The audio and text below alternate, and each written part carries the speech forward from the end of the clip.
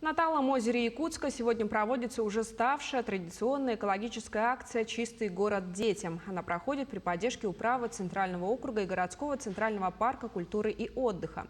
Также в ней участвуют студенческие отряды и образовательные учреждения. На месте работает наш корреспондент Мария Кардашевская. Она на прямой связи с нами. Мария, приветствую. Расскажи подробнее о том, как проходит акция. Да, добрый день, Кристина. Мы сейчас находимся возле детского игрового парка «Обнаженные сердца». И сегодня здесь проходит экологическая акция «Чистый город детям». И подробнее нам об этом расскажет Алексей. Добрый день, меня зовут Алексей Николаевич, я заместитель директора ресурсного центра «Юные якутяне».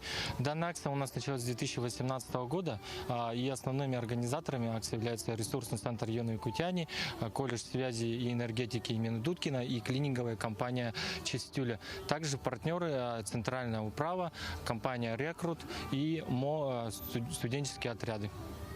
А скажите, пожалуйста, сколько примерно человек участвует в акции? Каждый год увеличивается количество, по нашим подсчетам, больше 100 человек. А вы убираетесь только на площадке или вокруг тоже? Вокруг озера Талое полностью. И парковую зону, и само озеро на байдарках мы тоже чистим. Хорошо, спасибо. Также рядом с нами находится Егор, студент, который впервые участвует в этой акции. Расскажи, пожалуйста, почему ты решил участвовать в этой акции?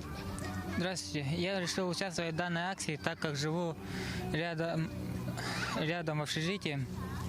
И я здесь гуляю с друзьями, и хотелось бы видеть весь город в чистоте и в порядке. Спасибо. Ну а мы напоминаем, что чисто не там, где убираются, а там, где не мусорят. Кристина? На прямой связи со студией была моя коллега Мария Кардашевская.